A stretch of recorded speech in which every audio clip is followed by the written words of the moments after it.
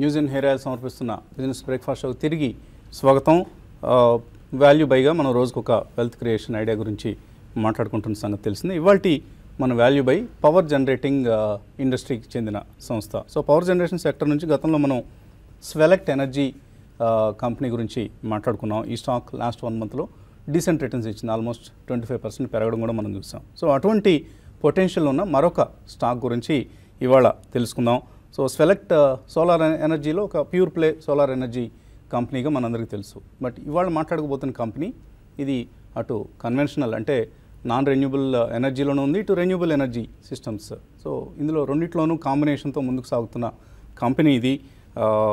చక్కటి పనితీరు కనపరుస్తున్న company Gujarat industries power company. So Gujarat పేరులోనే ఉంది.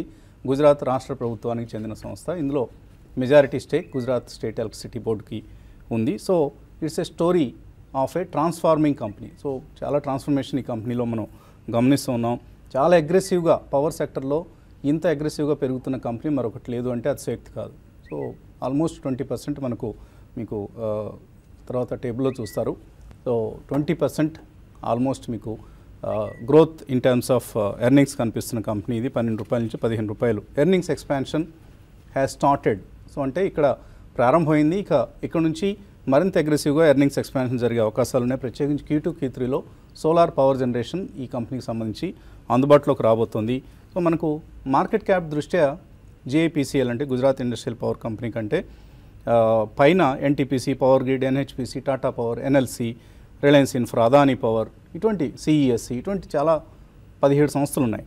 సో ఇవన్నీ కూడా అసెట్ సైడ్ చూసినా, ఇన్కమ్ చూసినా లేదా మరొక అంశం చూసినా GIPCL కంటే చాలా పెద్దవి, దిగ్గజాలుగా చెప్పుకోవచ్చు. అయితే వీటన్నిటితో పోల్చినా కూడా చాలా అంశాల్లో GIPCL నెంబర్ 1 స్థానంలో ఉంది. ఎందుకంటే డెట్ ఈక్విటీ రేషియో చూస్తే మనకు వెరీ లెస్ డెట్ ఉన్న ఏకైక పవర్ ప్రొడ్యూసర్ కంపెనీగా GIPCL మనం చెప్పుకోవచ్చు. They just have 320 crores worth long term borrowings. So det equity చూస్తే 2:1గా మనకు కనిపిస్తూ ఉంటుంది. ఇదే మనకి టాటా పవర్ లాంటి కంపెనీస్లో మోర్ దాన్ 5:1. అలాగే పవర్ గ్రిడ్ లాంటి వాటికి కూడా చాలా హై డెట్ ఉంది. సో NTPCకి ఇక మనం చెప్పుకొని అవసరం లేదు. సో చాలా ఎక్కువ డెట్ ఉంది. ఈ కంపెనీ మాత్రం తక్కువ equity, negligible debt for a power company. ఇది ఒక విశేషం. అయితే ఈక్విటీని సర్వీస్ చేయడం చాలా సునాయాసంగా జరిగిపోతుంది అనమాట. దీన్ని బట్టి మనం అర్థం చేసుకోవాల్సింది.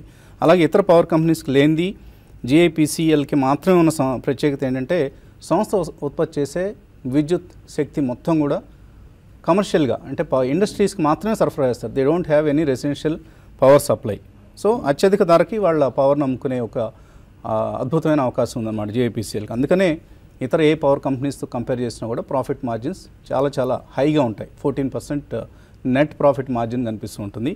గ్రాస్ లెవెల్లో అయితే ఆల్మోస్ట్ 28%, 29%, 30% గ్రాస్ మార్జిన్స్ కూడా ఈ కంపెనీకి మనం చూస్తూ ఉంటాం. రిటర్న్ ఆన్ అసెట్స్ విషయంలో ఒక టాటా పవర్ మాత్రమే GIPCLతో పోటీ పడగలుగుతుంది. అంటే ఇక GIPCL ప్రత్యేకత ఏంటనేది మనం అర్థం చేసుకోవచ్చు. స్ట్రాంగ్ ఇన్స్టిట్యూషనల్ ఇంట్రెస్ట్ ఈ మధ్య మనకు కనిపిస్తుంది. ICICI లాంటివి ఆర్ రిలయన్స్ లాంటి కంపెనీస్ వీళ్ళందరూ కూడా ఈ కంపెనీ ఈక్విటీలో స్టేక్స్ తీసుకుంటున్నాయి. అంటే ఇన్స్టిట్యూషనల్ ఈక్విటీ విషయానికి వస్తే సో ఒక కంపెనీ 20% కంటే ఎక్కువ గ్రోత్ రేట్ పోస్ట్ చేస్తూ అతి తక్కువ PE ఇప్పుడు మనకి ఆల్మోస్ట్ ఈ సంవత్సరం ప్రొజెక్టెడ్ ఎర్నింగ్స్ పర్ షేర్ వచ్చేసి 17.50 రూపీస్ అనుకుంటున్నాం మనం. సో అంటే ఆల్మోస్ట్ ఒక 8 to 9 PE దగ్గర దొరుకుతుంది. సో 20% గ్రోత్ రేట్ ఉన్న కంపెనీ 8 to 9 PE దగ్గర దొరకడం అంటే చాలా చక్కటి వాల్యూ బైగా మనం భావించవచ్చు. బుక్ వాల్యూ కంటే తక్కువ, ఆల్మోస్ట్ 144 రూపీస్ బుక్ వాల్యూ అయితే 134 దగ్గర మనకు షేర్ ప్రైస్ అందుబాటులో ఉంది. సో మిగతా పవర్ కంపెనీస్ అన్నీ కూడా 2 times 3 times price to book value కనిపిస్తుంది.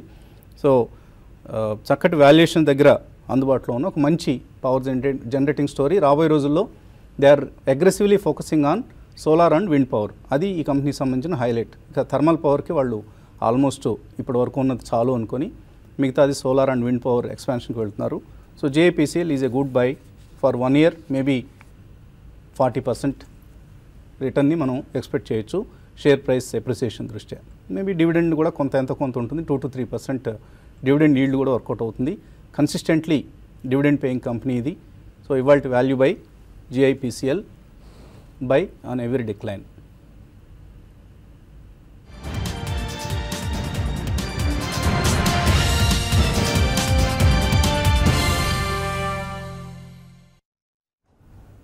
సో టెక్నికల్గా ఏదైనా వీక్నెస్ వచ్చే ఛాన్స్ కనిపిస్తుంది జిఐపిసిఎల్లో?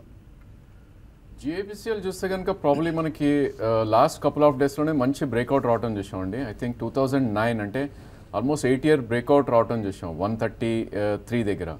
సో ప్రాబ్లీ కరెక్షన్ అనేది ఉంటుందండి, ఎందుకంటే లాస్ట్ 1 monthలోనే 1.5 monthలోనే 103 నుంచి 130 దాకా అంటే 30% పెరిగిన స్టాక్. నా ఉద్దేశంలో 15 రూపీస్ ఇన్ కేస్ కరెక్ట్ అయిందంటే దట్స్ ఎ గుడ్ కరెక్షన్ అలాంటి స్టాక్లో.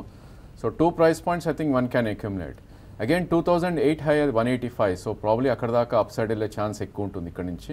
మేబీ అది నెక్స్ట్ 1 yearలోనే అయ్యే ఛాన్స్ ఎక్కువ ఉంది. So it's a good stock to trade or even investment కూడా. సో నా ఉద్దేశంలో 2 price points, 130 current market price and 115లో second price point. In case worst కేస్లో 300 points నిఫ్టీ పడితే కనుక 105 నుంచి double bottom maybe what we call is 100% retracement. So 105 దాకా వచ్చే ఛాన్స్ ఉంది. 3 price points definitely one should buy the stock. Okay అండి. So 1-2 emails